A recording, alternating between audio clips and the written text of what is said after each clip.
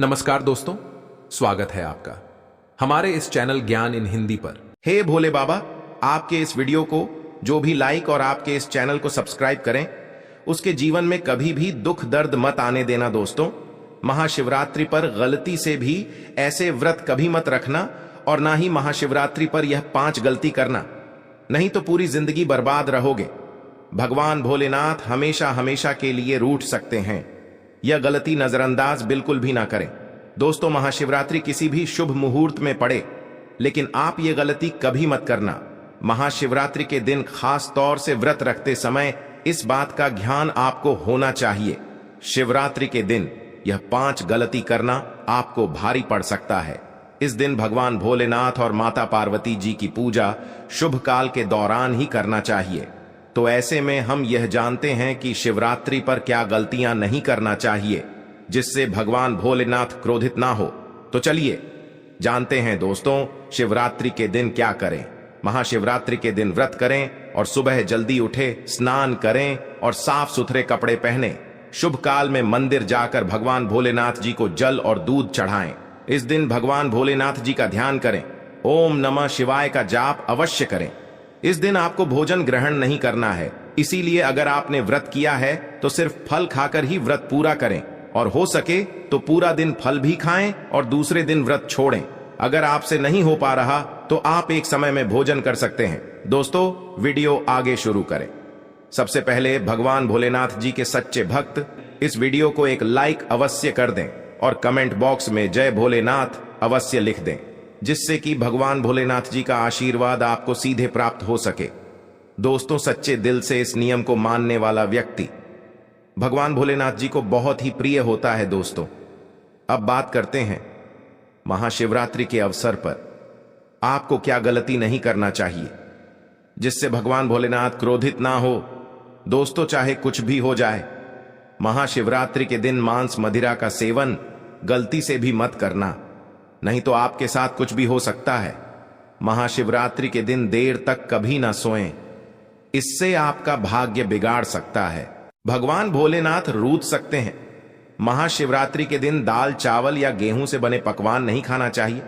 इस दिन आप सिर्फ फल, दूध, चाय और कॉफी ले सकते हैं।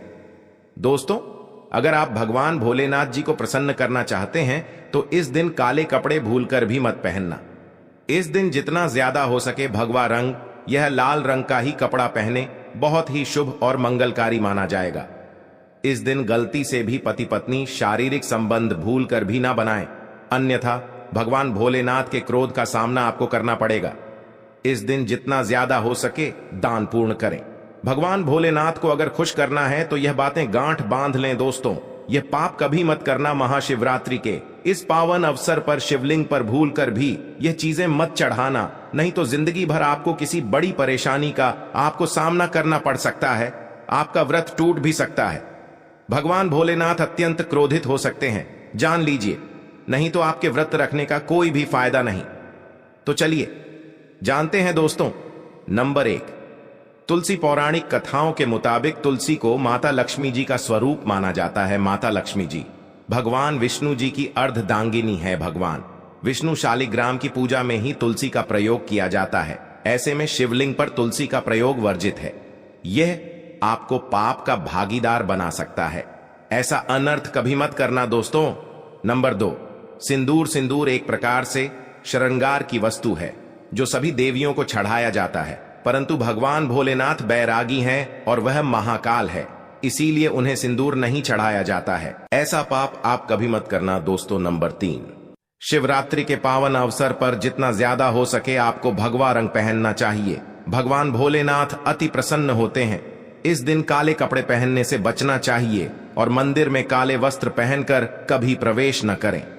दोस्तों, नंबर 4, हल्दी। सभी देवी देवताओं की पूजा में हल्दी का उपयोग किया जाता है, लेकिन कुछ का मानना है कि विनाश के देवता भगवान भोलेनाथ जी को अर्पित नहीं करना चाहिए, क्योंकि हल्दी सौभाग्य का प्रतीक है। दोस्तों, 5 केतकी के फूल। पौराणिक कथाओं के मुताबिक केतकी के फूल भी शिवलिंग पर नहीं चढ़ाना चाहिए, क्योंकि एक बार केतकी के फूल भगवान ब्रह्मा के झूठ में साथ दिया था। यह बात जानकर भगवान भोलेनाथ ने क्रोध में आकर केतकी के फूल को श्राप दे दिया। दोस्तों, नंबर 6, नारियल पानी। एक पौराणिक मान्यताओं के अनुसार ऐसा कहा जाता है कि शिवलिंग पर नारियल पानी नहीं चढ़ाना चाहिए क्योंकि यह शुभ नहीं माना जाता दोस्तों। नंबर 7, शंख जल। भगवान भोलेनाथ ने शंख चूर्ण नाम के असुर का वध किया था। शंख को उसी असुर का प्रतीक माना जाता है जो भगवान विष्णु का भक्त था, इसीलिए विष्णु भगवान की पूजा शंख से होती है, शिव की नहीं दोस्तों। नंबर 8, तिल।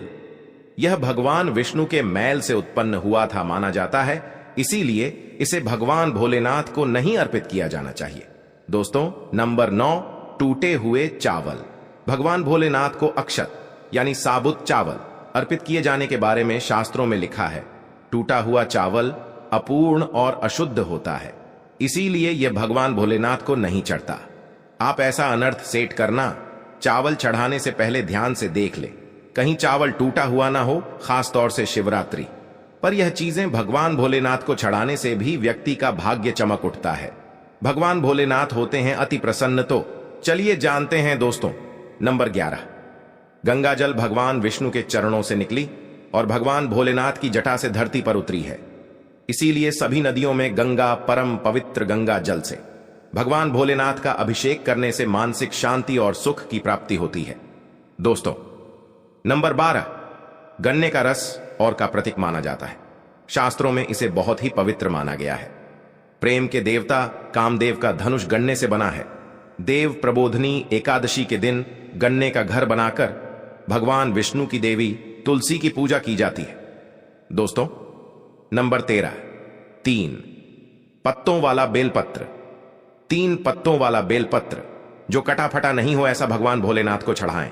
3 पत्तों वाला बेलपत्र त्रिदेव ब्रह्मा विष्णु महेश का प्रतीक माना जाता है। महाशिवरात्रि के अवसर पर बेलपत्र अर्पित करने से शिवलोक की प्राप्ति होती है, ऐसा पुराणों में बताया गया है दोस्तों। नंबर 14, धतूरे का फूल। धतूरे के फल के समान धतूरे का फूल भी भगवान भोलेनाथ को प्रिय है। इसका कारण यह है कि यह सफेद होता है और औषधीय कारणों से गुणकारी होता है। मानसिक शांति के लिए धतूरे के पुष्प को शिवलिंग पर अर्पित करें दोस्तों। नंबर 15, चांदी के नाग नागिन के जोड़े कि ग्रहों के अशुभ प्रभाव के कारण घर में सुख शांति की कमी और आर्थिक परेशानियों को दूर करने के लिए महाशिवरात्रि के अवसर पर भगवान भोलेनाथ को नाग नागिन के जोड़े समर्पित करें। इससे काल सर्प और नाग दोष समाप्त होता है दोस्तों। नंबर 16 है धतूरा। भांग की तरह धतूरा भी एक जड़ी बूटी है। भगवान भोलेनाथ के सिर पर चढ़े विष के प्रभाव को दूर करने के लिए धतूरे का प्रयोग भी किया गया था, इसीलिए भगवान भोलेनाथ को धतूरा भी प्रिय है। महाशिवरात्रि के अवसर पर शिवलिंग पर धतूरा अर्पित करें, इससे शत्रुओं का भय दूर होता है, साथ ही धन संबंधी मामलों में उन्नति होती है दोस्तों। नंबर 17 भांग। भगवान भोलेनाथ ने हलाहल विषपान किया। इस बीज के उपचार के लिए कई तरह की जड़ी बूटियों का प्रयोग देवताओं ने भी एक है, इसीलिए भगवान भोलेनाथ को अत्यंत प्रिय है। और से शिवरात्रि के अवसर पर भांग के पत्ते को पीसकर दूध या जल में घोलकर भगवान भोलेनाथ का अभिषेक करें तो रोगों से मुक्ति मिलती है दोस्तों। अब बात करते हैं कि आपको महाशिवरात्रि व्रत में क्या खाना। देखिए दोस्तों, जो महाशिवरात्रि होती है वह गंगा जल की हर एक बूंद की तरह पवित्र मानी गई है, शुभकारी मानी गई है। हमारे हिंदू परंपरा में शिवरात्रि का बहुत महत्व है और यह पर्व फाल्गुन मास के कृष्ण पक्ष की चतुर्दशी को मनाया जाता है। भगवान भोलेनाथ भोले भंडारी हैं। वे एक लोटा जल से भी प्रसन्न हो जाते हैं, मात्र एक बेलपत्र से भी अति प्रसन्न हो जाते हैं।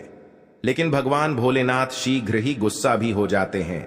जहां भगवान भोलेनाथ को कुछ चीज प्रिय है तो वहीं कुछ चीज आप यह भी हैं, कुछ चीज ऐसी हैं जिनका भगवान भोलेनाथ की पूजा में अगर इस्तेमाल ना किया जाए तो भगवान भोलेनाथ का पूजन अधूरा रह जाता है।